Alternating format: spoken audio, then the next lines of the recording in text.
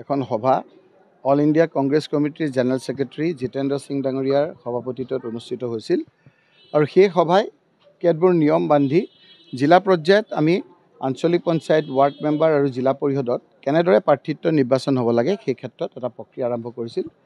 সেই প্ৰক্ৰিয়াৰ মাজেৰে আজি আমি বিভিন্ন জিলাৰ পলিটিকেল এফেয়াৰ্ছ কমিটি বহিছিল। ৰাতিপুৱা মই আপোনালোকে দেখিছে যে মই মোৰ এলেকাৰ মানে মোৰ সাংসদীয় সমষ্টিৰ গোৱালপাৰাত মই উপস্থিত আছিলোঁ আৰু গোৱালপাৰাত উপস্থিত থাকি তাত মই কৈ আহিছিলোঁ যে যিহেতু মই এজন সাংসদ, গতিকে মোৰ সমষ্টিৰে বিভিন্নজনে কাম কৰিছে। এতিয়া 4-5জনে কাম কৰিছে, এপ্লাই কৰিছে, বহুতে কাম কৰিছে, আমি প্ৰাৰ্থী দিব লাগিব, এজন এপ্লাই কৰিছে, 4-5জন। গতিকে মই নিজেই এইটোত অংশীদাৰ হ'ব খোজা নাই। আপোনালোকে কমিটিয়ে যিটো সিদ্ধান্ত ল'ব সেইটোতে মই একমত। ঠিক একেদৰে মই বৰপেটাতো আহিলোঁ, আহি কৈছোঁ যে মোৰ চেঙা আৰু বনদিয়া সেই সমষ্টিত বিভিন্নজনে আপোনাৰ প্ৰাৰ্থিত্ব বিচাৰিছে। গতিকে এই ক্ষেত্ৰত সদনে যিটো সিদ্ধান্ত লয় সিদ্ধান্ত মই আখৰে আখৰে পালন কৰিম, সেই কথাটো মই কৈছোঁ। কেৱল মই এটা কথা কৈছোঁ যে যিসকলে কংগ্ৰেছ দলত কাম কৰিছিল, যিসকলে ইলেকশ্যনৰ সময়তো কংগ্ৰেছ দলত অংশগ্ৰহণ কৰিছিল, সেই সকলো আমাৰ কংগ্ৰেছ কৰ্মী।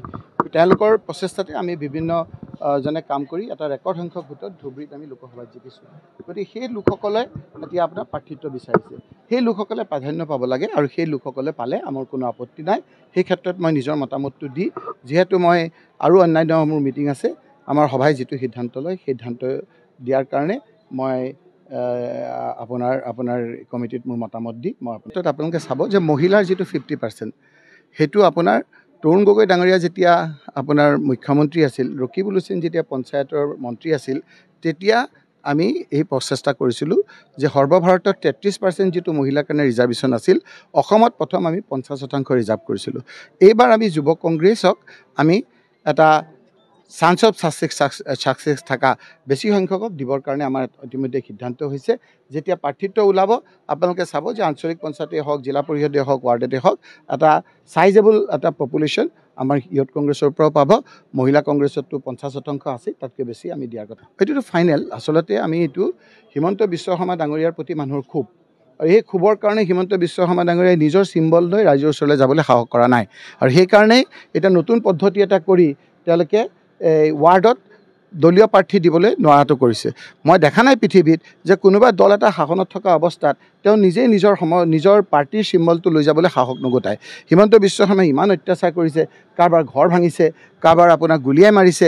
আজি আপোনাৰ মৰাণ মানুহখিনিৰ মনবিলাক বেয়া, মটক মানুহখিনিৰ মনবিলাক বেয়া, আহোম মানুহখিনিৰ মনবিলাক বেয়া, 6 জনগোষ্ঠীক আপোনাৰ জনজাতি কৰিম বুলি কৈ নকৰিলে, আমাৰ টি গাৰ্ডেনক 351 টকা দৈনিক হাজিৰা দিম বুলি কৈ নিদিলে।